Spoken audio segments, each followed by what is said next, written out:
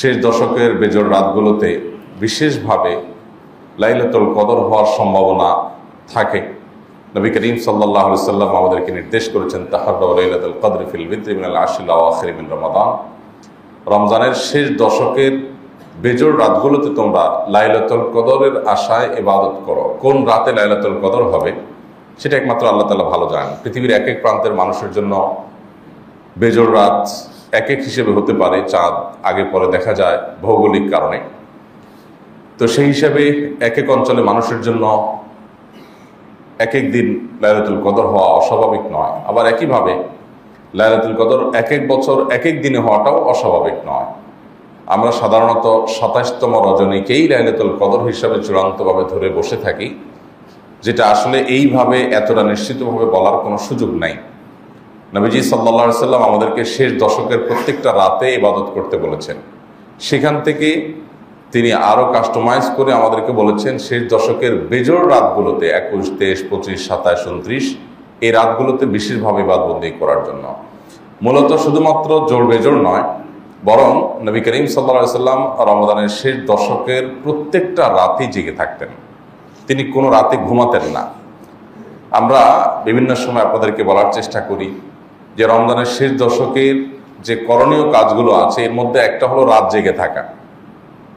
আমি নিজে যদি আর কিছু করতে না পারি তো সারা রাত জেগে থাকি, অন্য কাজকাম করি, তারপরও রাত জেগে থাকার কাজটা অন্তত হলো। শেষ দশকের এই দিনগুলো এবং এই রাতগুলো নবী করিম সাল্লাল্লাহু আলাইহি সাল্লামের জীবনে ইবাদতের জন্য সবচেয়ে গুরুত্বপূর্ণ ছিল। কানা ইয়াজতাহিদু ফীহি মা লা ইয়াজতাহিদু ফী গায়রি। তার সারা জীবনে ইবাদতের জন্য যত সাধনা করতেন, আমরা জানি হেরা গুহায় তিনি গিয়ে নির্জনে আল্লাহ রাব্বুল আলামিনের ইবাদত করতেন, আল্লাহর কাছে দোয়া প্রার্থনা করতেন। তার জীবনে যত ইবাদত করেছেন, যত দোয়া করেছেন, যত রোনাজারি করেছেন, যত সাধনা মেহনত করেছেন, এই সবগুলোর সাথে যদি রমজানের শেষ দশকের ইবাদতকে তুলনা করা হয় তো রমজানের শেষ দশকের ইবাদতটা ছিল অন্য যে কোনো সময়ের চাইতে অনেক বেশি। কানা ইয়াজতাহিদু ফীহি মা লা ইয়াজতাহিদু ফী গায়রি। রমজানের শেষ দশকে যা তিনি করতেন ইবাদতের জন্য, যত কষ্ট তিনি করতেন, অন্য কোনো সময় এরকম করতেন না। তার মানে এই দশকের প্রধান এবং প্রথম করণীয় হলো যে এই দশকে আমার জীবনের সবচাইতে বেশি ইবাদতের সাধনা হবে। আমার শক্তি সামর্থ্যের শেষটুকু দিয়ে আমি ইবাদত বন্দেগী করার চেষ্টা করব। আমার ইবাদতের ভলিউম সর্বোচ্চ হাই এবং সবচাইতে পিকে উঠবে এই 10টা দিন। সেটা আমার দিনে হবে, সেটা আমার রাতে হবে, সেটা আমার চলাফেরায় হবে, সেটা আমার লাইফস্টাইল, সেটা আমার দৈনন্দিন রুটিন, সব কিছুতেই তার একটা ছাপ, তার একটা আলামত এটা পড়বে। এটা হলো এই দশকে একজন ইমানদারের জন্য করণীয়, যে জীবনের সবচেয়ে বেশি সাধনা এই দশকে হবে। দ্বিতীয়ত, এই দশকের অন্যতম প্রধান আমল হলো ইতিকাফ। নবী করিম সাল্লাল্লাহু আলাইহি সাল্লাম রমজানের শেষ দশকে ইতিকাফ করতেন। ইতিকাফের এই আমলটি এত গুরুত্বপূর্ণ যে নবী করিম সাল্লাল্লাহু আলাইহি সাল্লাম রমজানের রোজা ফরজ হওয়ার পর থেকে মৃত্যু পর্যন্ত, ওফাত পর্যন্ত তিনি কোনো বছর কিন্তু ইতিকাফ ছাড়তেন না। প্রতি বছর তিনি ইতিকাফ ধরে রাখতেন এবং নিয়মিত করতেন। এক বছর রমজানে তিনি ইতিকাফে বসেছিলেন, কিন্তু খুব জরুরি কাজে ইতিকাফ ভাঙতে হয়েছিল। পরবর্তী বছর তিনি 20 দিন ইতিকাফ করেছেন, অর্থাৎ আগের বছরের 10 দিনকে আবার রেখে দিয়েছেন। তো এইভাবে রমজানের শেষ দশকের ইতিকাফের গুরুত্ব তিনি আরোপ করেছেন। আমরা বেশিরভাগ মানুষই ইতিকাফের স্বাদ, ইতিকাফের তৃপ্তি এটা আস্বাদন করা থেকে মাহরুম এবং বঞ্চিত আছি। এটা রমজানের শেষ দশকের আমল। ইতিকাফকারী ব্যক্তি লাইলাতুল কদর অটোমেটিক পায়।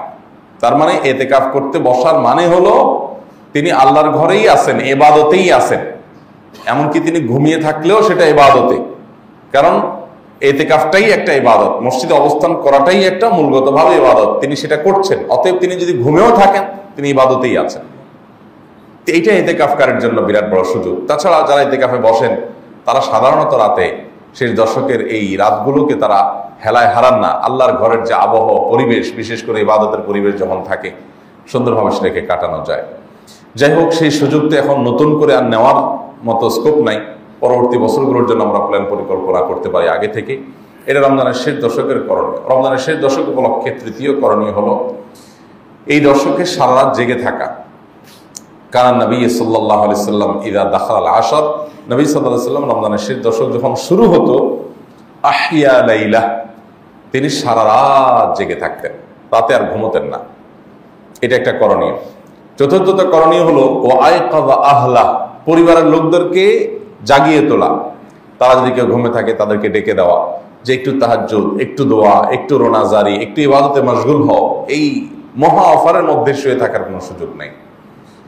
আর 5 নম্বর করণীয় হলো যে এই দশকে বিশেষ করে প্রত্যেকটা রাত তো বটেই, বিশেষ করে বেজোড় রাতগুলোতে লাইলাতুল কদর তালাশ করা।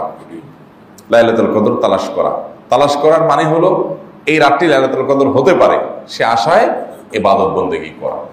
আর লাইলাতুল কদর হতে পারে এরকম সম্ভাব্য রাতে একটি বিশেষ দোয়া নবী সাল্লাল্লাহু আলাইহি ওয়াসাল্লাম শিক্ষা দিয়েছেন, সেটাকে আমরা 6 নম্বর করণীয় বলতে পারি। সেটা হলো আল্লাহুম্মা ইন্নাকা আফুউন তুহিব্বুল আফওয়া ফাআফু আন্নী। আল্লাহ, আপনি ক্ষমাশীল, আপনি ক্ষমা করতে ভালোবাসেন, পছন্দ করেন, অতএব আপনি আমাকে ক্ষমা করে দিন। এই দোয়া নবী করিম সাল্লাল্লাহু আলাইহি ওয়াসাল্লাম শিক্ষা দিয়েছেন। অতএব এই দোয়াটা আমরা বেশি বেশি করে পাঠ করব শেষ দশকের প্রত্যেকটা রাতে, বিশেষ করে বেজোড় রাতগুলোতে। 7 নম্বর করণীয় হলো কোমর বেঁধে নিয়ে ইবাদত করা। ওয়াসাদ্দামে ইজারা, নবী সাল্লাল্লাহু আলাইহি ওয়াসাল্লামের ব্যাপারে আমাদের আয়েশা রাদিয়াল্লাহু আনহা বা অন্যান্য সাহাবী থেকে বর্ণিত হাদিসে আসছে যে তিনি রমজানের শেষ দশক যখন শুরু হতো, সাদ্দামে ইজারা, তিনি কোমর বেঁধে নিতেন। কোমর বেঁধে নেওয়ার অর্থ কি? কোমর বেঁধে নেওয়ার অর্থ, একটা অর্থ হলো যে কোনো কাজকে সর্বশক্তি নিয়োগ করে করাকে কোমর বেঁধে নামা বলে, এটা একটা অর্থ। আরেকটা অর্থ বিভিন্ন হাদিস বিশারদগণ ব্যাখ্যা, জাস্ট ওনাদের ব্যাখ্যা করেছেন যে এর মানে হলো শেষ দশক স্ত্রী থেকে পৃথক থাকা। এটা নবী সাল্লাল্লাহু আলাইহি ওয়াসাল্লাম করতেন। তার মানে এই দশকটা শুধুই ইবাদতের জন্য রাখতেন। তাছাড়া এমনি যেহেতু ইতিকাফে থাকতেন, অতএব সেটাও বোঝা যায় যে এই ব্যাখ্যাটাও অমূলক বা অযৌক্তিক নয়। অর্থাৎ এই দশকটা ইবাদতের জন্য নিজেকে সম্পূর্ণ পৃথক করে রাখা, এই কাজটি নবী করিম সাল্লাল্লাহু আলাইহি ওয়াসাল্লাম করতেন।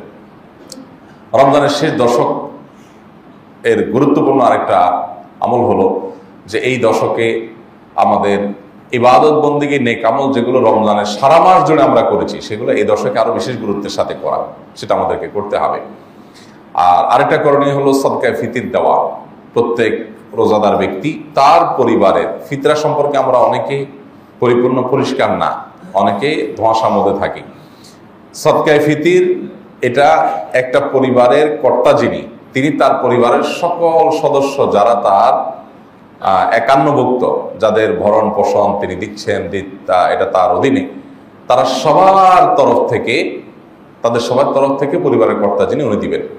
আপনি আপনার স্ত্রী, আপনার সন্তান সন্ততি, এমনকি দুধের বাচ্চা, সবার হেড কাউন্ট করে সবার তরফ থেকে আপনি ফিতরা আদায় করবেন। ফিতরাটা কি? ফিতরাটা হলো নবী করিম সাল্লাল্লাহু আলাইহি ওয়াসাল্লাম বলেছেন, এটা তুহরাতান লিস-সাইমি আনিল লাগবি ওয়ার রাফাস ওয়া তু'মাতান লিল মাসাকিন। এটা হলো রোজাদার ব্যক্তির রোজা রাখতে গিয়ে যে আমাদের ভুল ত্রুটি হয়, আমাদের যে ত্রুটি বিচ্যুতি হয়, আমাদের যে আপনার অহেতুক কথা বলা হয়, এইসব কাজগুলো থেকে রোজাকে রিফাইন্ড করা, এসব কাজগুলো থেকে রোজাকে পরিচ্ছন্ন করা, এই কাজটা সদকায়ে ফিতির করে, সেজন্য সদকায়ে ফিতির দেওয়া। আর আরেকটা সদকায়ে ফিতিরের উদ্দেশ্য হলো তু'মাতান লিল মাসাকিন, মিসকিনদের খাদ্য দান কর্মসূচি। পৃথিবীতে আমরা আজ খাদ্য দানের নানান কর্মসূচির কথা জানি, শুনি, বিভিন্ন সংস্থা, বিভিন্ন প্রতিষ্ঠান দেশীয় আন্তর্জাতিকভাবে করে। কিন্তু ইসলাম যে খাদ্যদান কর্মসূচির নির্দেশ দিয়েছে, সেই খাদ্যদান কর্মসূচি পৃথিবীর সবচাইতে ব্যাপক।